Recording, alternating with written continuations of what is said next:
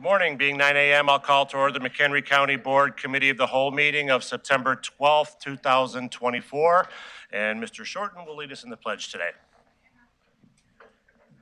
Allegiance to the flag of the United States of America and to the republic for which it stands, one nation, under God, indivisible, with liberty and justice for all.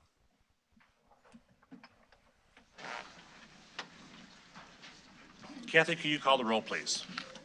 Pamela Altoff. Here. Carolyn Campbell. Here. Joseph Gottemoller. Terry Greeno. Here. Eric Hendricks. Carl Kaminsky. Present. James Kearns. Matthew Kunkel. Here. Teresa Meshes. Here.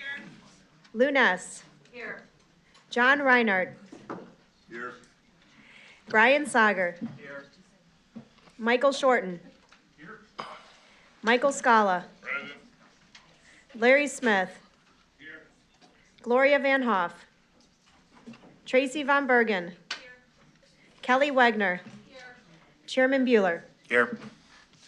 Having a quorum, we'll proceed. Good morning, everyone. I have a handful of items I'd like to share with you before we review the agenda for next Tuesday's voting meeting. On Tuesday, September 3rd, I had the honor of joining several of you at the ribbon cutting for the Foglia Center for Advanced Technology and Innovation at McHenry County College. And as I've said before, the Foglia Center is going to be a game changer when it comes to training the next generation of skilled tradespeople to meet the growing needs of McHenry County manufacturers. I think it's safe to say that the $1.69 million that this county board allocated through the Advanced McHenry County program to foot more than half the bill for the Foglia Center's equipment was money very well spent. I can't wait to see the Foglia Center grow in the coming years and set county residents on pathways to in-demand and lucrative careers. Thank you to board members Scala, Mike Shorten, Terry Greeno, Joe Gottemoller, Pam Altoff, Carolyn Campbell, and Gloria Van Hoff for attending to show the county board's support for MCC and its most recent achievement. As a reminder, the 7th annual McHenry County Water Forum will take place from 5:30 to 8 p.m. next Wednesday, September 18th at the McHenry County College Luke Auditorium. This year's theme focuses on stormwater management, and speakers include Illinois State climatologist Trent Ford and Ryan Bieber of the McHenry Lake Soil and Water Conservation District. The annual event is put on by our Water Resources Division in partnership with the Environmental Defenders of McHenry County and numerous other sponsors. They have once again extended an invitation to me to give the opening remarks, and if you've never been to a water forum, I encourage you to attend and get a comprehensive and interesting education about McHenry County's water supply and the need to protect and preserve it for future generations. After public comment this morning, we'll have a presentation from Kyle Schultz, Chief Growth Officer with World Business Chicago, along with McHenry County Economic Development Corporation Executive Director Mark Picos. Kyle will be giving us an update on the Greater Chicagoland Economic Partnership that McHenry County joined last year. And as I stated in my September written report to the board, MCC recently hosted economic development officials from throughout the 7-county GSEP area, including Mr. Picos and myself, and gave them a sneak peek at the Foglia Center before it's opened. I'm glad that McHenry County is a part of GSEP, and I'm looking forward to hearing what Mr. Schultz has to say. Just a brief note that the 2050 Comprehensive Plan update schedule for today has been postponed to a later date due to a scheduling conflict and some remaining final edits. That's all I have today. Do any members have comments? Ms. Wegner. Thank you. So there was an article in yesterday's paper about the McHenry County Workforce Network, and I put the article on all of your desks. If you haven't read it, please take the time because it shows the importance of funding the programs in our county that give people the tools they need to thrive in our community. It's a wonderful article. I've met the gentleman on the front page and he's done amazing things. And it also has a nice picture of Tom Faber in there too, who worked for Workforce Network and is now working for the specialty courts. I just want a reminder that this is the start of hunting season and I want everyone to be careful and follow the law. I've already had some calls about hunters shooting geese too close to neighborhoods. So please be careful. And yesterday was the 23rd anniversary of that awful day in history. And I'd like to take a moment of silence to honor those who died and the heroes who helped.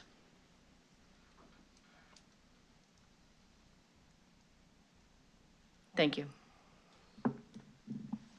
Thank you, Ms. Wagner. Move on to public comment. I will be calling those of you who checked to speak. If anybody else on this list wishes to speak, please let us know at the end. Reminder that you will have 3 minutes at which time to address the board. At that time, the light will come on in front of me. If you haven't completed your remarks, I would ask you to summarize your remarks. First up will be Carrie Williams.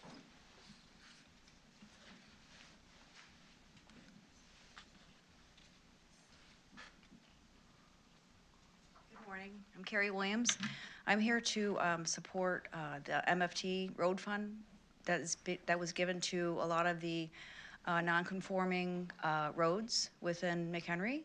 I'm as part of the North Fork Offling Road Fund, and we've been maintaining our road for 50 years. I personally have been on that street for 50 years.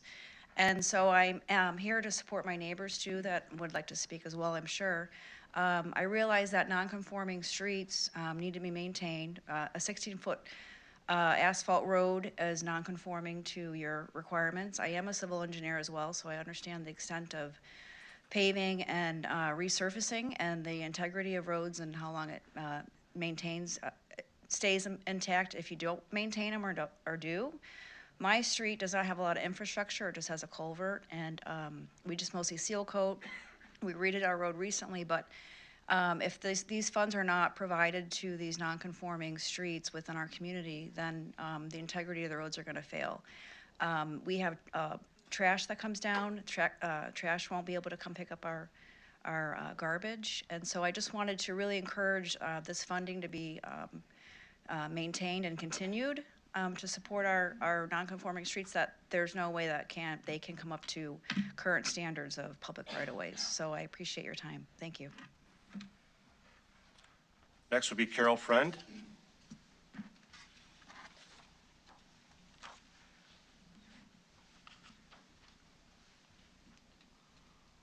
Good morning. My name is Carol Friend. I am a resident and homeowner in Figures subdivision. Our subdivision in McHenry Township was blindsided in early June when the county kicked us out of the MFT program. The first reason, according to McDOT, was because our roads are not private. Supposedly, the roads are under the jurisdiction of the city of McHenry and McHenry Township. The 1895 plat of survey was cited as evidence. McDOT asserts the roads are public despite the fact the plat does not indicate whether the roads are private or public. Since the inception of the subdivision, Figures homeowners have always paid for road maintenance and snow plowing.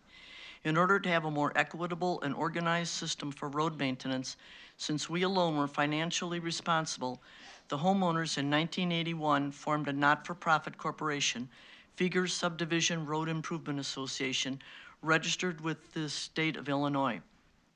If there was a governmental jurisdiction responsible for our roads, as asserted by McDOT, why would we have formed a corporation to maintain the roads?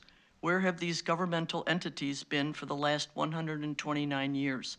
Why have we been footing the bills? The second reason cited was a statute which states, quote, any such road improved becomes by operation of law a part of the township and district road system, unquote. However, the statute continues, quote, providing such road meets standards as established by the county, unquote. The roads in Figures have not ever been accepted by McHenry Township because the roads do not meet the standards of the township. The roads do not even meet the standards of the county. McHenry Township has told McDOT the roads in Figures have not and are not and have never been accepted by the Township Road District. Prior to the June email received by McHenry Township, there was no hint that subdivision eligibility was being questioned. Why were we not notified? There was no opportunity to rebut or clarify information. To add more insult, the notification came after the start of the 2024 program. Why at the last minute, and why especially after the start date of the 2024 program?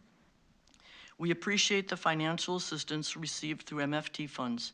It has been very helpful in keeping the roads in safe and drivable conditions. The majority of our homeowners are seniors living on a fixed income. To bring the roads up to the required specifications in order to be included in the township would create an untenable financial strain for many of us. We respectfully request that the status of roads in Figures subdivision be reevaluated and returned to their correct status as private, and that in 2025, we again are able to participate in the MFT program. Thank you for listening. Jim Condon.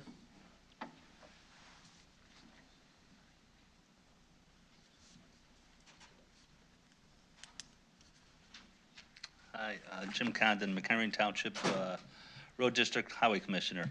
I just want to step up for a second. We had the opportunity at the Transportation Committee meeting to talk, and greatly appreciate that. The county board members, many of you don't know the history of the non-dedicated road subdivisions. It's a history that's probably 15 or 20 years old. I think board member Eltoff would speak very, would confer with the history of it. If you don't know about it, I would encourage you to take the time, and I would be glad to share you from the townships and the private sector, or the landowners or the property owners' perspective, what's transpired and how we got here, and some of the flaws that we find in it. I would also encourage you, and I've actually asked sent an email to the chairman requesting that perhaps we could meet along with the administrator, Peter, to go over that whole process so that we can reevaluate it, make sure that everybody's up to speed, that we're making decisions that are proper. We are so close. Thanks to your help, we've knocked out over 3/4 of the non-dedicated subdivision roads. And it is truly because of the county board, because the township does not have those kinds of funds. And I would really hate to see these last few miles of road that we wouldn't be able to accomplish that. So again, I'd encourage you, if you don't know the history of the non-dedicated roads, take the time to find out about them. We'd be glad to share with you our understanding of it. And I would encourage you to talk to the county staff to hear their side of it, because there's always two sides to the story, and the truth lies in the middle. And also, McHenry Township Road District is ready and definitely wants to be involved in a solution, not a problem. So that's it. Thanks. Rob. Schwartfeger. Okay. Deep Springs Woods Country Club subdivision in East Wonder Lake in unincorporated McHenry Township. I've been living there 32 years, always paid our dues. Our dues are for the subdivision, for the roads, to maintain our roads. We've worked with the township to improve some of our roads, but we still have work to do. We get the motor fuel tax funds to help us with the patching, the snow plowing, and the snow removal, and the ice, the salt, all that stuff. And we just encourage you to continue that process and to keep us in the loop. Like I said, we were all blindsided in June, not knowing that we were gonna get the funding for what we have coming up. So, thank you for your time. Is there anybody else on this list that wishes to speak? Seeing none, we'll move on to our reports and presentations. Kyle Schultz from GSEP.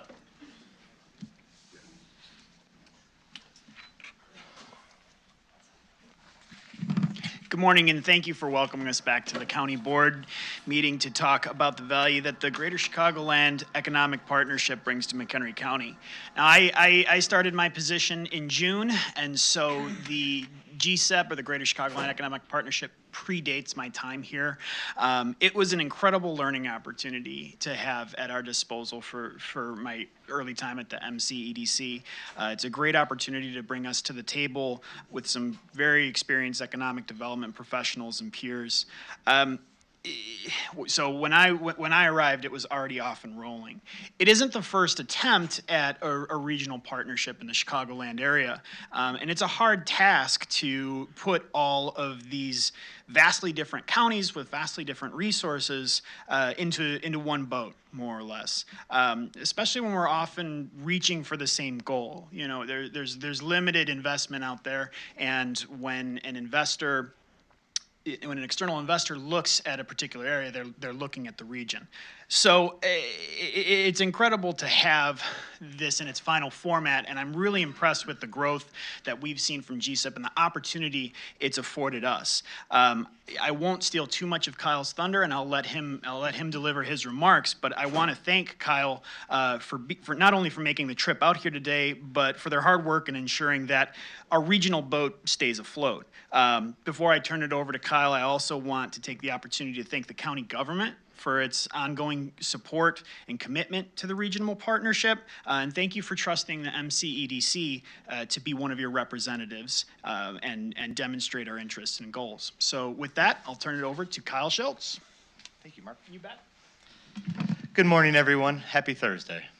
Chair Bueller, Committee of the Whole, thank you for allowing World Business Chicago, myself, and my colleague Chris Scheidez, who you'll hear from as part of our presentation, to join you all this morning. I love being in McHenry County. For those of you who attended the MCEDC's end-of-year forum in 2022, you heard me talk about how my favorite niece and nephew live in Crystal Lake and how some of my favorite social spots are in this wonderful county. So it's always great to start my day out here with you all. Just wish it was at the end of the day because you all have some wonderful refreshments in this area. Mark set us up really well for how we want to talk about our partnership. The Greater Chicagoland Economic Partnership came out of the COVID pandemic and when civic leaders came together to make sure that our response and growth out of COVID's recession would be faster and quicker than what happened with the Great Recession. For perspective, when the Great Recession hit, the Chicagoland market was one of the first markets to go fully into the recession and was one of the last, if not the last, market to come out of the faults of the recession. And so not knowing how the pandemic would affect our economy, 177 regional leaders, business leaders, civic and philanthropic came together. And one of the recommendations was to finally break through and create a regional economic development program that would uplift everyone's boat. Prior to 2020, there had been 2 previous attempts at regional economic development. Both had failed because, largely, World Business Chicago, which is led by Chicago's mayor, had not fully embraced working together with our suburban partners. And so over the course of 2021 and 2022, a group of leaders met on a regular basis to understand what the right format would be. Ultimately, what was decided was World Business Chicago would be the center for this regional economic development group, expanding our services in business development, research, and innovation and venture programming to make sure that those were accessible for everyone in the 7 counties. Those 7 counties include Cook, DuPage, Kane, Kendall, Lake, McHenry, and Will County. And so far, we are 19 months into a 36-month partnership pilot program, and we're pretty excited about the results. We look at our structure and our engagement around really 3 key areas. Our snapshot here, though, shows a few more. One of the areas that we want to lean into is how we include and make our partners in the counties aware of the opportunities we have.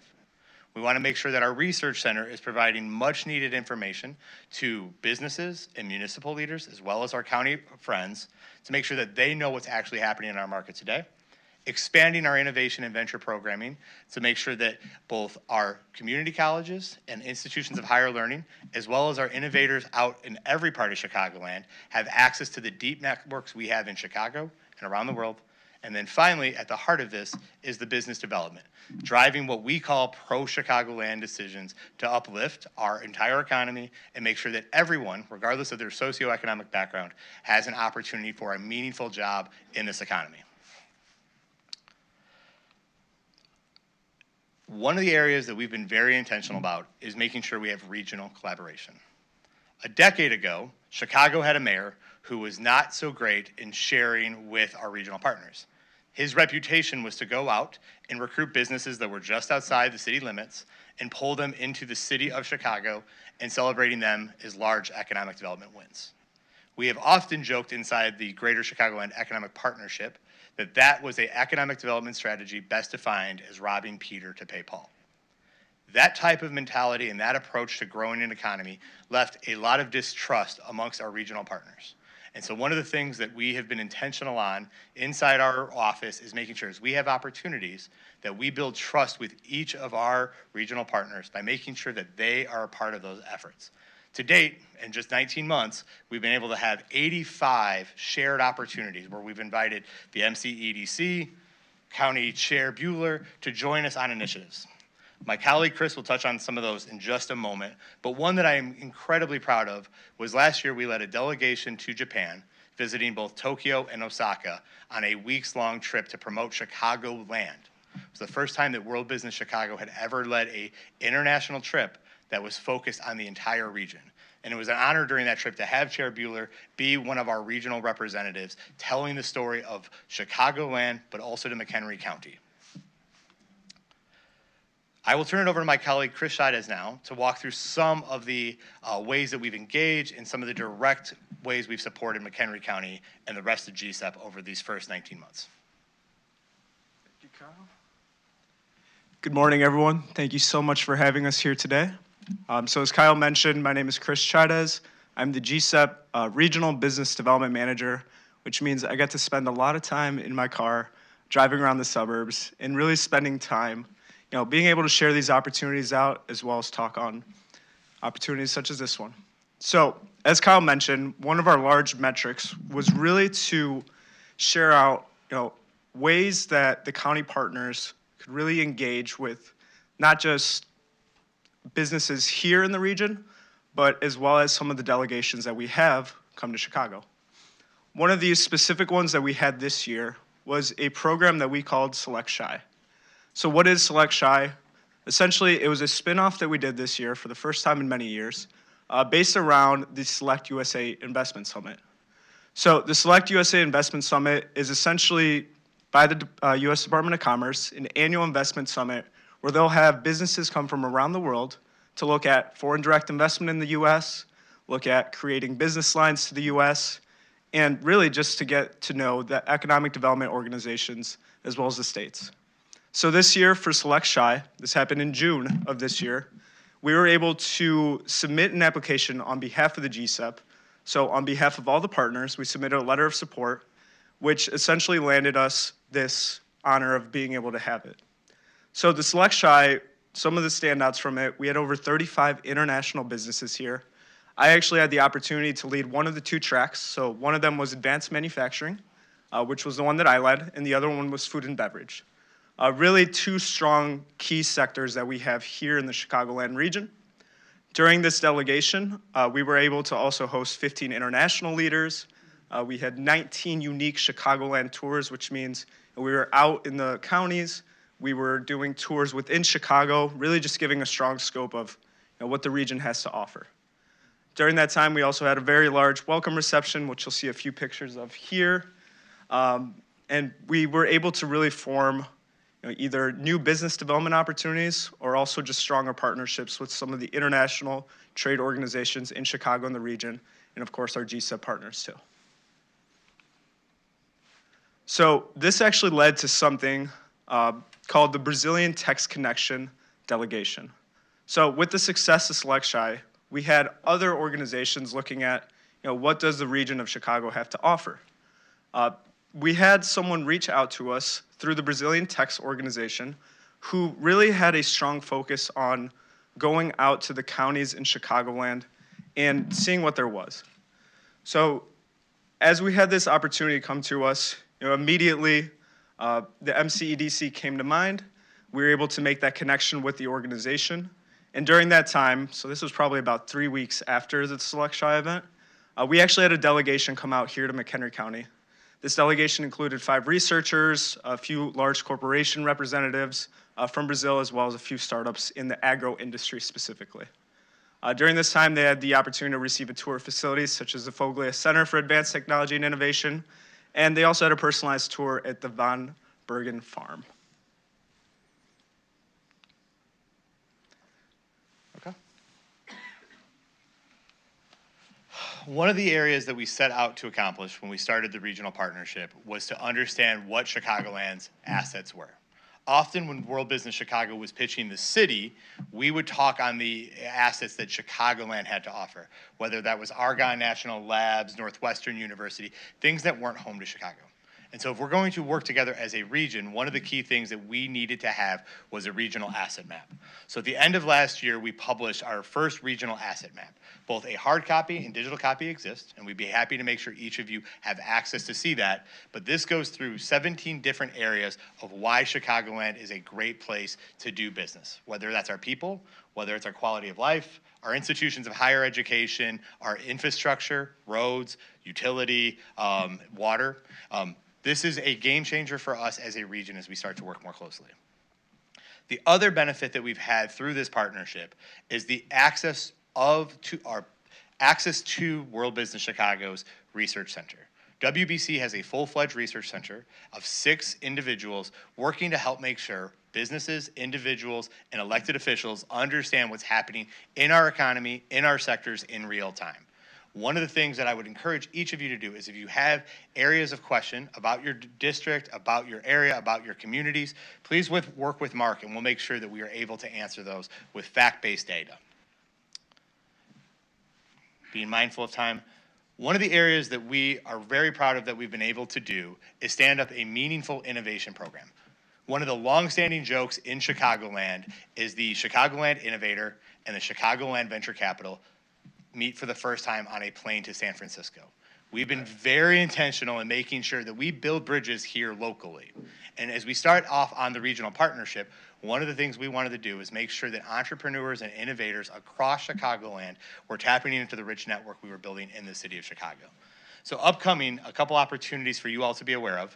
At the end of this month, we will be hosting the Future of FinTech to showcase why Chicagoland is and has always been a leader in the world of financial services and financial innovations. The other one that I think is really important for our regional partnership, especially from a business development perspective, where talent is the #1 question we get asked about, is our Think Chicago Launchpad. Think Chicago is set to make sure that our young people that are in the universities of Chicago and now the community colleges of Chicagoland are able to see the careers and culture that our businesses offer. We've been very intentional in 2024 to make sure that we include our community colleges in this programming. Our colleague, Evan Kyriakos, who's our Chief Strategy and Innovation Officer, has been out to the MCC several times this year to make sure we are building bridges and letting that institution tap into this work. All right, now the part that I get most excited about, because this is the one that we did not know if it could happen because of Chicago's history, our pro-Chicagoland decisions. Pro-Chicagoland decisions are World Business Chicago's metric that helps us understand what companies have opened up a facility in Chicagoland or have made an expansion of their existing facility. And something we want to just highlight for you all this morning. S&C Electric Company. This is the opportunity in the pro-Chicagoland decision that crystallized this partnership. S&C is Chicago, the city proper's largest homegrown manufacturer. They have 3,500 jobs on the north side of the city. But in 2022, they called and said, hey, we need to expand. Our market is going crazy, and we need more space on our main campus. Can Chicagoland help us, or we're going to Kenosha? And at that time, we did not have good working relationships with the MCEDC or any of the other partners in this, but thought this would be the test that could help us prove this case. And just this week, we celebrated S&C opening their first Chicagoland facility outside the city in Palatine, Illinois, where they will create 200 new jobs in a state-of-the-art 275 square foot manufacturing facility. This project demonstrates that the city of Chicago can work well with our regional partners in pursuit of making sure that a rising tide lifts all boats. The other one that I'm very proud to call out is PsiQuantum. PsiQuantum is part of the Illinois Quantum and Microelectronics Park that Governor Pritzker announced in July of this year. Last June, we were informed that PsiQuantum, which is the largest quantum-focused company in the world, was interested in building their first commercial quantum computer in the United States. They were willing to give Chicagoland a review, but Chicago was not on their list because big city in their head meant big bureaucracy. So over the course of a 9-month period, World Business Chicago and the Greater Chicagoland Economic Partnership worked with PsiQuantum to identify 25 sites in this region that could be home for the first full-scale quantum computer. At the end of the search, we identified 2 sites. One, a former steel mill in the southeast side of the city. The second, a former Texaco refinery in Lockport, Illinois. Ultimately, both sites were deemed viable by the company, and the governor chose to build this quantum park and have PsiQuantum be the anchor on the southeast side of the city. This is a great win for the city of Chicago that we could not be more proud of. But when I stand before you all, I want you all to realize that this was a regional win. Without World Business Chicago having the opportunity to promote Chicagoland, we would not have had a chance to even pitch our site in the city. So it's the fact I can stand before you all as a trusted partner for McHenry County is what made this possible. And finally, I'll turn it over to Chris to talk about one of the wins specific to McHenry County. Okay. Thank you, Kyle. So one that we wanted to highlight as well.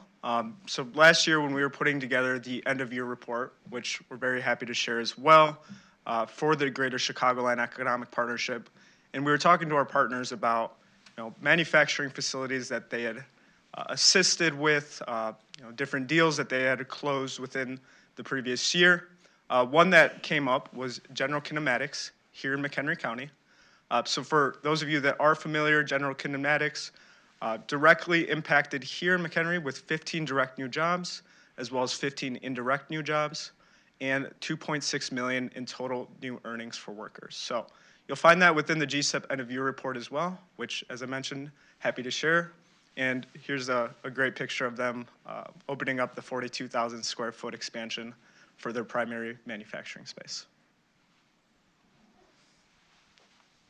So as we stand here in September of 2024, the partnership that we created for the Greater Chicagoland Partnership goes until the end of 2025. It's our hope that we are able to continue to work with McHenry County and renew this partnership because we've seen significant economic growth over the last 19 months as we've all been able to work together.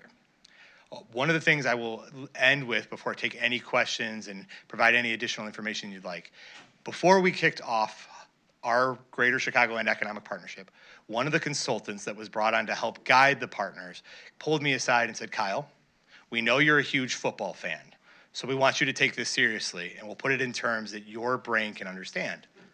There are only 2 U.S. markets that don't do regional economic development. Those are Chicago and Cleveland.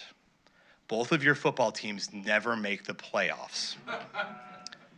So now, with Caleb Williams... Wait, 1985, come on. Recent memory. And Chair Bueller, I was not alive for 85, so it doesn't pertain. So, with Caleb Williams and this defense, and the success we've hopefully demonstrated to you all this morning, I feel like, at least in Chicagoland's point of view, the playoffs and a second trip to the Super Bowl are in line for us. Thank you all for the continued trust. We enjoy our relationship with the MCEDC and would be happy to answer any questions or listen to any feedback you'd have. Ms. Meshes. Thank you. Thank you very much for the presentation. I am wondering, so with your presentation, it seems that you offer a great number of services to the counties that are part of this. How do the counties partner with each other? Yeah, that's a great question. We convene monthly meetings where we are facilitating making sure that all the parties are together. One of the areas that we would like to see improvement, though, is making sure that there's more intra-county collaboration that is not directly led by World Business Chicago. That's one of the topics as we start to think about what our future looks like that we want to make sure we are doing is there at an economic development level, we are still starting to nurture that relationship. I'm done. Thank you. Ms. Greeno.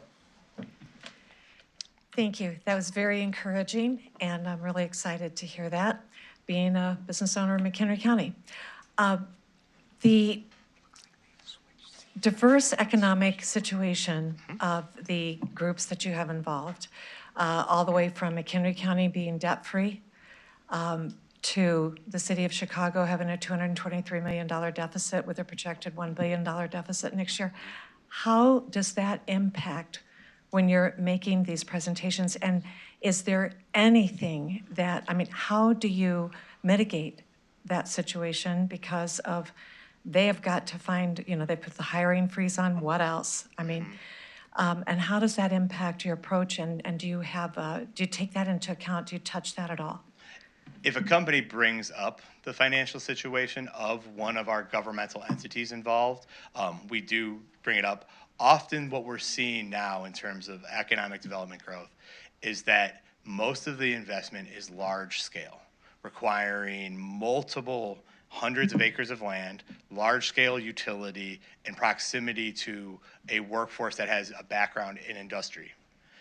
Chicago, at this point, serves as a strong brand that attracts the interest of companies, but with how built out the city is in terms of its real estate, with much of that being in the commercial office class, where we're seeing the opportunity is in McHenry County for more investments to come out here. And then add into your perspective that this is a debt-free, forward-looking board that is supporting your municipalities. It makes for a very compelling case.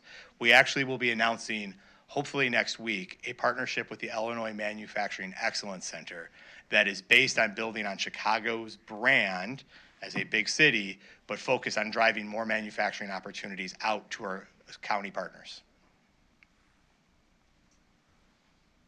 Great answer. Ms. Ness. So I'm curious if you're tracking the growth in other areas when you bring companies in, like to the south side. I know the area where that company is going into, it's been depleted for decades and decades. I would suspect when employers look at the region, they also look at services in communities. Do you track the growth in those services when new companies come in or increase their employees or bring people in from outside the state to work in the city? Do you track any of that? Yeah, our research center, which Chris and I cannot properly do it justice, has all of that access to that data piece and makes sure that salesmen like us who know how to tell a good story are armed with the right facts. As we start to move from a region and selling our collective area into more site-specific, community-specific, and county-specific, that's when we start to work with Mark to make sure that we are positioning McHenry County, because he knows all the benefits at a deeper level than we do, that those are part of the pitch and part of the story that we're telling. We work very closely to understand what that company is looking to know and what they're trying to get to yes on, and making sure that Mark and the MCEDC are prepared for that. So the companies want to offer positions in livable communities. Talent is the number one thing that is part of every company's consideration. And the part that is becoming more in the site selection world is housing and affordable housing, because how are people going to live? And whereas away 7 years ago, it was really just like, where are the talent and are your higher institutions producing that talent? Now it's a much more complete picture of what is it like to be a resident in these communities and how will that impact them? Because I think companies, whether they're domestic or global, are appreciating that a high quality of life contributes to the productivity and the performance of a company. Yeah, that doesn't surprise me. Thank you very much. Yeah. Pete, you have a comment? Yes, hope you can hear me fine. Kyle, thank you for your presentation. When Chairman Bueller and I had the opportunity to sit in on your meeting that you held at McHenry County College in August, you talked about while you are soon entering the third year of our current relationship, we were already thinking about the next contract. And there was a suggestion that you may have some some private investors are in the next round of the 5-year agreement that might start in after 2025. I know many on McHenry County Board are interested in kind of that public-private partnership, and I wondered if you could talk a little bit about what your vision would be for after 2025. Yeah, great question. Thank you. The current structure for the Greater Chicagoland Economic Partnership is in this model to prove out that regionalism could work. Each of the counties contributed to a $630,000 budget that WPEC prepared to make sure this partnership was realized. It was all, at this stage, all publicly funded. But as the commissioner shared a moment ago, we are facing increasing budget deficits and a tighter fiscal market than we had in 2022. So now the plan will be to go out to the private sector, use some of the information in this deck to show that regionalism can work, and have them step in and fill in some of the gap that you all have had to carry. So our plan, hopefully we'll be back next year at this time to talk about what 2.0 looks like and what our plan is to make sure that we don't have to ask McHenry County and the taxpayers to fund everything, that we use private sector investment to uplift our strategy. I think it's important to note, I mean, the $600,000 budget for GSEP has turned into hundreds of millions of dollars investment in such a short time in the region. I mean, what that means for people's salaries and living conditions, I think is return on investment has been astronomical. We had one, Choose DuPage is the advisory chair lead for GSEP. And the one project that we were able to help drive into DuPage last year, the benefits, the return on that investment of that company exceeded the money that DuPage had to put into to stand up this partnership. So these type of projects work, and it's the more that we're able to work with Mark, and he's been a wonderful addition, who's been attentive and engaged with what we're trying to accomplish. That allows us to better position McHenry County to receive some of these investments. Because the more we know about the successes and the policy that you all are approving and the climate you're creating, the better off we'll be in positioning companies to invest here. Ms. Campbell. Yes, I just wanted to just get back to the quality of life kind of approach that you were talking about in terms of attracting companies and investments here in the region. When you talk about that and you promote that as a regional amenity, how involved do you get in terms of like the open space and the recreational and outdoor tourism opportunities, but just that quality of life where when you're done at the end of the day, there's trails all over the region and, you know, preserves and conservation areas that add to that quality of life. That's a central piece of the message we're trying to convey. Often Chicagoland is up against Denver or Dallas or Atlanta, all of which people assume have better outdoor recreations than Chicago, which may be Denver with the mountains, but like that's exhausting, and who wants to hike all the time? You can go like Chicago. You can have any of the number of beautiful forest preserves, and we've got hills if that's the thing you're into. Lakeside access, the connectivity that runs through our region. To the earlier response, companies want to know, can they get the people, can they keep the people, and they are interested in how are those people going to enjoy their off time and recharge. And so central to that is how are we conveying all of the outdoor experiences we have. I can't counteract that for a couple months out of the year it gets cold here and you can't always go outside, but for the rest of the year we've got an incredible story that doesn't get told nearly enough. Well, no, that's great. And actually we do, because you got snowmobiling and cross-country skiing and all sorts of things. So that's great. And so I think it also speaks to the importance of supporting those organizations that actually provide those amenities. I fail to think about cross-country skiing because that's exhausting as well. All right, thank you. When we were in Japan, one of the central themes of the talks that I gave to over 100 Japanese companies was the assets that we do have, and those were really highlighted for the region and McHenry County, and it's always a part of quality of life, right?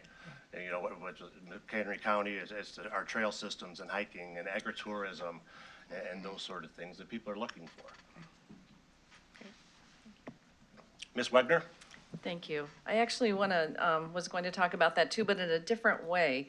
Our county is, a big percentage is agriculture. We have a lot of farms and we have a lot of conservation space and open space, and we treasure that. And a lot of people move out to our county because of that. So have you guys thought about how you can balance the economic growth, which we do need, but how you can balance the economic growth in the county with keeping the feel that our county has now? And also, do you have an anticipated percentage of growth in the county? That question's great. That and personally touches my home. I grew up in Sycamore, Illinois. Grew up in 2000 era when my hometown was 10,000 people, and by 2010 it kind of capped out at 19,000 people. So I saw the transformation that happens when investment comes and the farmland, the quality of life gets replaced by big box shopping centers. And so that's always paramount when I think about McHenry County, Kane, and Kendall County is how do we preserve that? The way we do that is working with the MCEDC. Mark is here on the ground. He's working with each of you, your constituents, your community, and your neighbors to understand what type of growth they're looking for. So we'll share opportunities. We'll maybe see an item and raise it for him to consider, but it's really on the MCEDC to tell us this is not a good investment or this actually would fit and guide us on what parts of the county would be appropriate for that type of investment. But it is for us and for me personally, part of who I am when I see these opportunities is to make sure that we are not just delivering investment for the sake of investment, but it's right for your constituents and your neighbors. Okay, thank you. One more question. Yeah. So you were just talking about housing, and so many places, including McHenry County, we don't have enough housing, whether, for all incomes. We also sometimes struggle with transportation, and if you don't have a car, and a lot of those people who are coming into the workforce now like public transportation, they like to use their bikes. So do you see, investment that McHenry County should make in those areas to attract businesses? The Gen Z, that generation that has a preference for public transit or alternative transportation options is for a lot of these projects, the generation that they are trying to get their arms on. They are trying to bring them into their operations. So the more bike lane or scooter lanes that can be here, the more of that infrastructure that can complement the existing roads, because we are in, at this point, a very industrial-based economy. Most of the opportunities that we are seeing are in some form of manufacturing, which plays really well for McHenry County because of your position with 47 and 90 and the other roads that allow it to have easy access to move the finished goods. So I think it's a matter of complementing what the existing road infrastructure is. Big reason why we want to do the Illinois Manufacturing Excellence Center partnership is because we think we have a really strong story to tell about what are the opportunities for McHenry County, Kane County, and Kendall County. Thank you. Mr. Sager. Thank you, Chairman. First off, I want to say you all are exceptional representatives and very articulate presenters, and so thank you very much. We appreciate your presence and communication here today. Second thing is, I think we're all very familiar with the fact that the region historically has always had somewhat of an isolationism or protectionism type of approach. We have Chicago and we have the suburbs, and even within the suburbs, we have our own areas and our own interests, et cetera. But I think that we are undergoing a huge evolution, if you will, not only in culture, but certainly in terms of some aspects of that culture, one of which is our community college system. I think the community colleges have embraced very rapidly, as evidenced here by the new Foglia Center in Crystal Lake, the effort to really address the employment needs that business and industry needs as we look at future growth and development. And the second thing is, I think that there is a very strong commitment on behalf of governmental entities, local governments, to work together in a very strongly collaborative manner to move things forward. And I think that your efforts is an exceptional example of that. I thank you and commend you for the work, and I think timing is everything. This is the perfect time in our collective evolution for these types of efforts. And so thank you very much, and I look forward to our strong continued association. Thank you. Mr. Scala. So let's work on your analogy that you used with the Chicago Bears so I can get to my question. Sure. So after watching that game, it was obvious that special teams and defense won that game. Yeah. And it was not offense by any means whatsoever. It was week 1. Please don't kill my excitement yet. Oh, well, no, I'm just, so the analogy here, so that gets to my question. So as the organization goes, what percent are you currently looking at being on the offensive, meaning trying to bring new companies here to the Chicagoland region, versus the defensive side, which is trying to retain them and expand them? And so where is that now? And wherever that is now, percentage-wise, where do you see that going in the future? The way we've structured our partnership is that WBC is the offense, that we are in this Greater Chicagoland Economic Partnership model 100% dedicated to bringing the new companies to town. We will support one of our county partners if they have a retention play that needs to be, we want to keep them in Chicagoland. My example with the retention is S&C Electric Company, who was the Chicago company that we needed the region's help to keep them, grow them in Chicagoland. Our job at WBC within this partnership is to drive new leads here and try to put points on the board. Our joke often, though, is we're Chicago. We cheer for the Bears, and the Bears haven't had a functional offense since '85. So it takes us a little bit longer to get points on the board because we just don't know how to score. But that's our role, is to make sure that we are bringing new investment opportunities to your door and then supporting as retention initiatives call for it. And so the offensive side, comes to us through means by which companies are looking to move. And, the Chicagoland region / Illinois has had its challenges in the past to do that, which, I appreciate the effort if you're never making effort, it's never going to happen. So you have to make the effort. And it seems like the defensive side is an easier play, I guess, just because it's easier to retain someone through means by which they can expand or stay here. So I appreciate all the effort that you're trying to do on the offensive side. I mean, I guess my question is, as a Chicagoland region, Chicagoland region has always been very rich in not only our manufacturing, but being the hub of all of the United States. I mean, every rail traffic all blows through Chicago, good and bad, right? I mean, that's a good thing and a bad thing.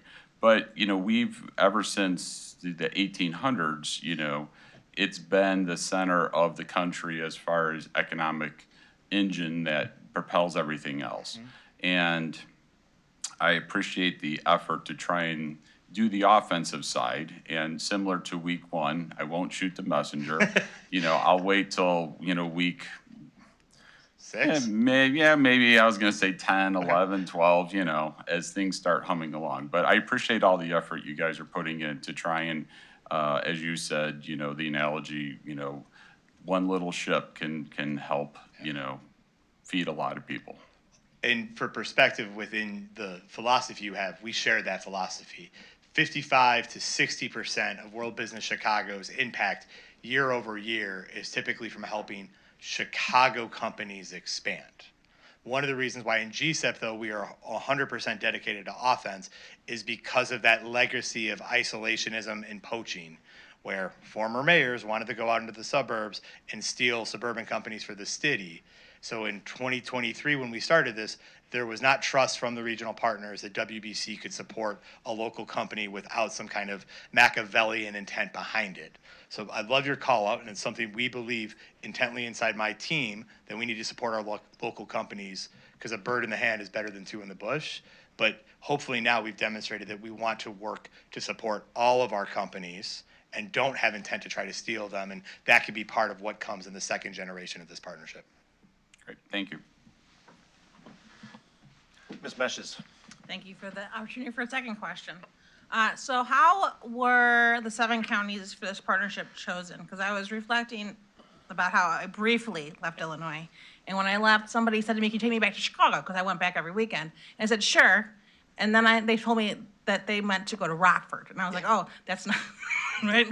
Like, "Oh, I didn't mean to go that much farther," right? So how did we choose the 7 counties? The 7 counties came about because the Chicagoland Metropolitan Agency for Planning was the lead facilitator in making sure that World Business Chicago and the counties worked through their past issues together. And CMAP, Chicagoland Metropolitan Agency for Planning, CMAP, their territory covers those 7 counties. So it was CMAP's jurisdictional territory that brought us together. Seeing no further questions, thank you, Kyle. Chair, Chris, for thank coming you. out. Thank you all. Appreciate it.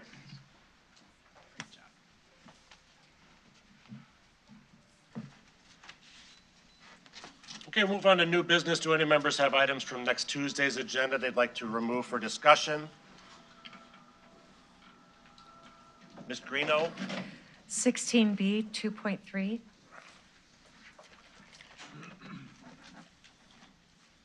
Mr. Kearns? 1084.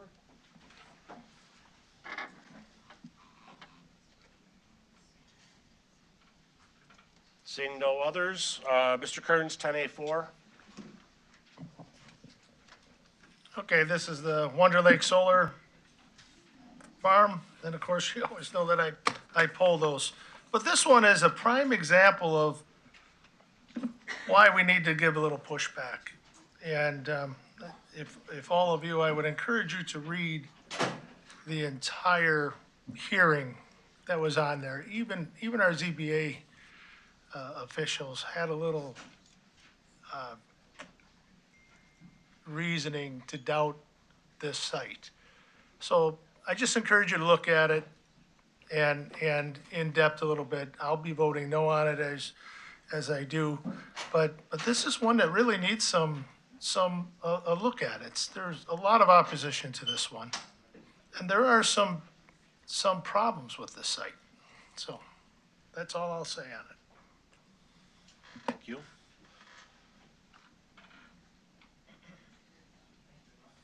Ms. Greeno, 16B23. Yes, this is regarding the contract with the MCEDC. And in Section A, Roman numeral 5, B and C, I have to apologize. I don't know that anyone on the committee or even with the MCEDC caught this when we were reviewing the contract. But what this says is that in this contract with MCEDC, support efforts to conserve natural resources, support increased availability of affordable housing. So this is not something that MCEDC has been set up to do, is currently doing, has done. I mean, this is a far cry from giving opinions or encouragement. This is actually in the business contract between the county and MCEDC. And so I am going to ask on Tuesday night that this be struck from the contract so that we can pass it.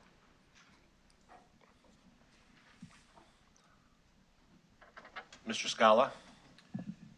Yeah, I just have a quick question perhaps Scott can answer. So, you know, this contract was the same as the previous contract, so I'm trying to understand, do you know where that came from at all?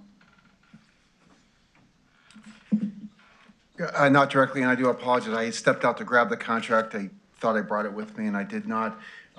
This successor contract is actually the third evolution that I'm aware of that included this language. And the intent was that with a public-private partnership, McHenry County is actually subscribing or getting a service from MCEDC to be our economic development department and to provide certain services for the county that without this partnership, the county would otherwise do or would have to consider doing to provide economic development staff. So the scope of services was laid out. It is legacy. I can look into further specifically where they came from, but really the question comes to the county board. Are these services that we want? And is this the means and mechanism by which we want to obtain those? If we do want those services and we do not want those in the contract, how else would we provide for them? So, but I can get back to you on if I have any information on where it came from. And that's fine, and I appreciate that. I'm just trying to understand, based on your answer to that question, is it the role of the MCEDC to be doing these things? And your comment about how if not the MCEDC, who? And I guess I'm trying to understand the role that that would take, in the sense that, and maybe I'm incorrect, but I kind of am making an assumption from your comment that these are items that should be handled by MCEDC, or at least the county board in general. Is that a fair assessment of what you said, or? Well, these are items that the county at one point in time said are important, and we need to handle those, and we want to address those, and we do. We want to use the service of MCEDC, who at some point in time were willing to do that, because this has been in the contract over previous renditions. And that was the relationship that was established. That was a relationship that continues. If we want to go a different way, if we want to opt for a different way to provide those services, we can look at that. Or if MCEDC is not, no longer equipped or willing to do that, then we need to make sure the contract reflects what our relationship is going to be. Okay. I mean, let me be clear. I'm not saying that these aren't important. I'm trying to understand how MCEDC, through the actions by which they are tasked to do, how this would be germane to those actions. And I guess in the sense that if it comes up through the normal course of action, meaning by retaining or bringing a business to McHenry County, so be it, in the sense that we're all trying to, conserve natural resources. And I mean, these are things that you would always try and do naturally, but to make that a focus of by which they're doing their business is concerning, I guess. Well, and I appreciate that. And just thinking to the GSEP presentation that we had, when Kyle talked about the relationship of GSEP to MCEDC and MCEDC to reference the kind of the local will of what we want to see as McHenry County, talking about preservation of farmland and looking at the type of industry and development that we want to bring in, that MCEDC would provide that local voice of what the values are to McHenry County to the GSEP table. I think in that answer really talked about exactly that. Is when we look at what McHenry County has as a whole, it's agricultural base, it's farmland, it's natural areas. MCEDC needs to be aware of that and also needs to promote that when they are working with GSEP. So I think that there is a direct tie-in for those components. Well, and I think that's part of the reasons why MCEDC has the relationship with municipalities, because a lot of this is municipality based, right? These items here, right? So, when MCEDC has an opportunity for a new business or an expansion of business, that's usually happening in a municipality or would happen in a municipality. And therefore, different municipalities, as we already know, have different needs and have different values by which they're looking for business. So that really plays back into that role, which again is not necessarily the county role, but it's more the municipality role, but it's the partnership by which we have that relationship to get that accomplished. So if a particular municipality doesn't want some type of product that we are offering, but other municipalities are willing to have it, that's where we would focus our attention. So that's why I'm saying this goes hand in hand with that, but really for it to be a strict focus of MCEDC, I don't know if that's the germane part, because again, it's the municipality that would have the jurisdiction over whether that would happen or not anyways.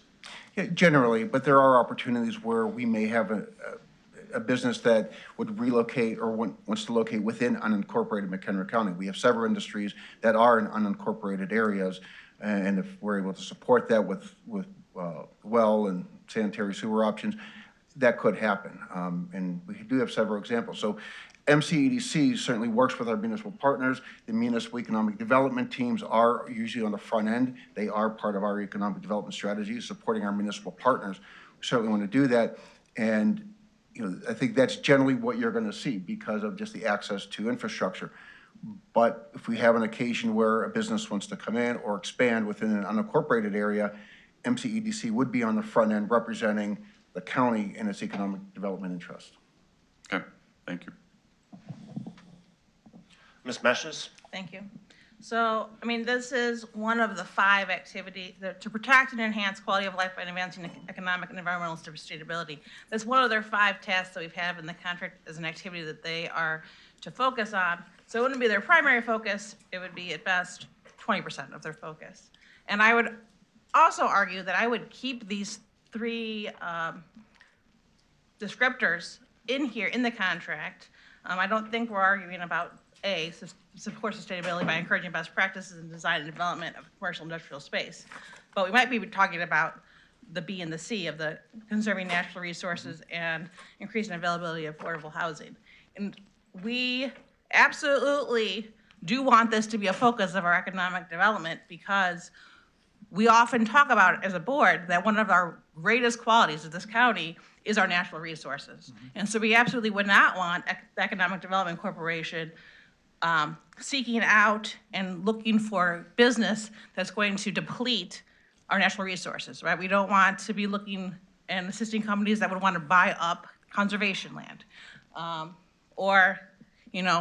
We already have many discussions about whether the best use of farmland in this county, right? So conserving our natural resources is a goal of this board and of our municipal partners, and we absolutely would want the MCDC to make sure that the businesses that they're engaging with are going to meet the future vision that we have all agreed that we want. To the point about affordable housing, we already know that affordable housing is a nationwide issue, right? And so once again, if we're gonna have the MCDC engaging companies that are gonna bring in housing development, we would want them to be courting housing development that's gonna have affordable housing, right? We don't need $1 million condos really anywhere, I would, in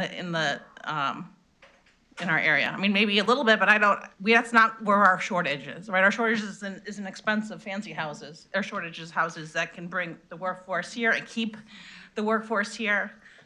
So I absolutely do want all of this to stay as written. Thank you.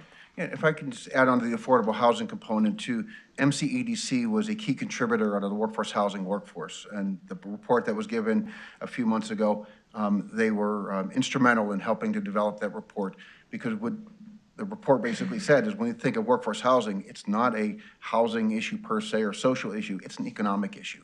So MCEDC is on the front end of looking at a workforce housing stock, helping the county in whatever way it can to help resolve the issue, to ensure we have an available workforce for the companies that want to relocate here. Ms. Altoff? Thank you. I would just note that I have an issue with pulling anything from the contract as it's presented in front of us today without getting input from the other party to the contract. So if it's going to be pulled for any specific reason, I'd pull the entire contract until we can get better clarification. Thank you. Ms. Ness? It's been said here at this board, the issue of a supply of housing that supports a workforce. I see the MCEDC as a leader in the county as it relates to manufacturing and attracting people to our county to live here and work here. I would expect the executive director to have a deeper knowledge of those issues and to be able to advise manufacturing how to be more engaged in helping create that supply. So I agree with Member Altoff and Member Meshes. If we should look at the whole contract and talk about it rather than take it apart here at this meeting, and I would support keeping all of that in. Mr. Kunkel? Yeah, it's maybe been beat to death, but neither a Scrooge nor a Patsy B This is a contract we're paying for. These don't seem like services. They are definitely germane to what we want from MCEDC. It's something they have to be cognizant of as they're looking for these people. But this kind of falls back to us as a county. The housing is not something they're seeking for us, and then therefore why should we be paying them to do that?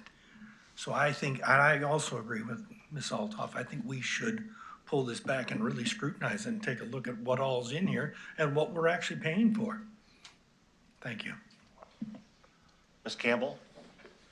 Okay, since we're probably at the point of pulling it, I don't want to drag this out too much longer, but when I read this, I don't see that we're asking the MCEDC to go out and buy conservation land to keep it in open space or to embark on water conservation efforts or whatever. I don't see it asking them to provide to actually provide that affordable housing.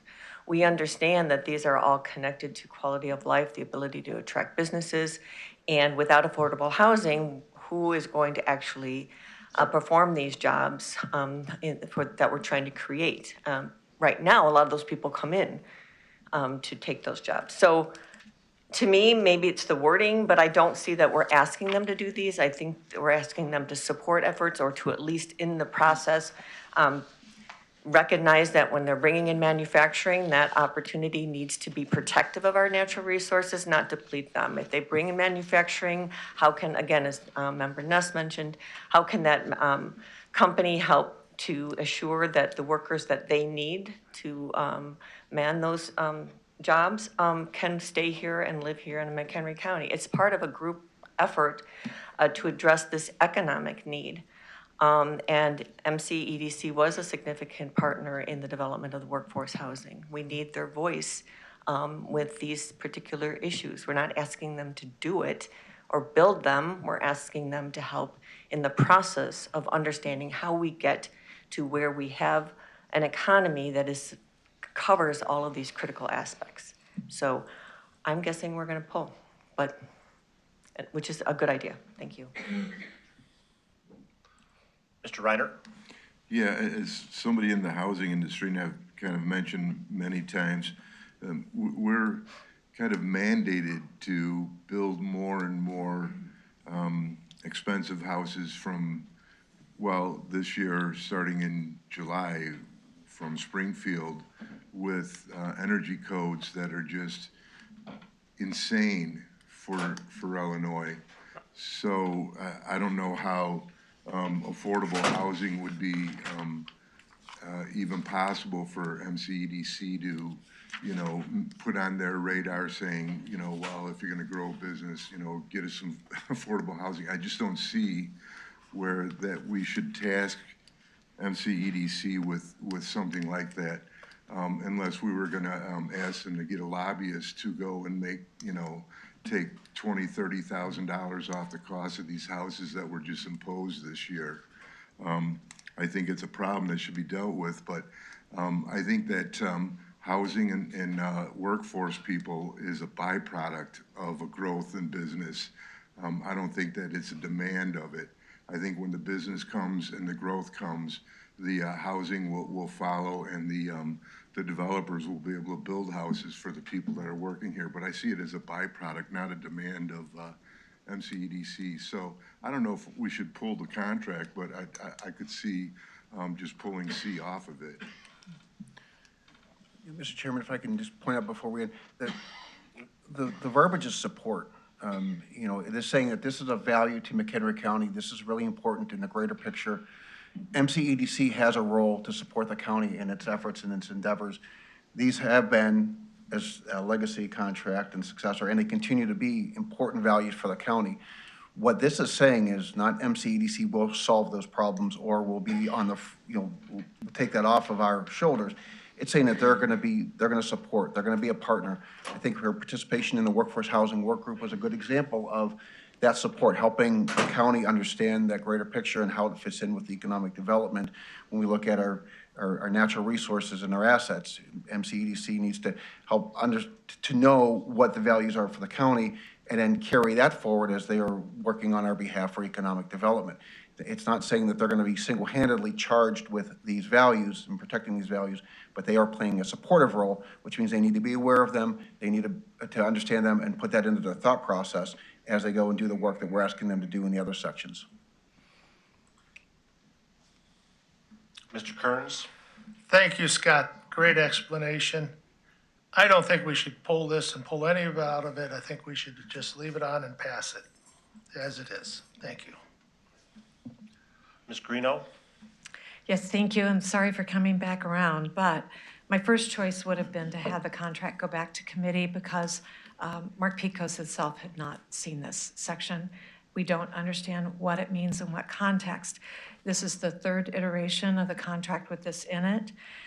These two areas, workforce housing has been taken over by McCog right now, so the county has directed oversight in that area.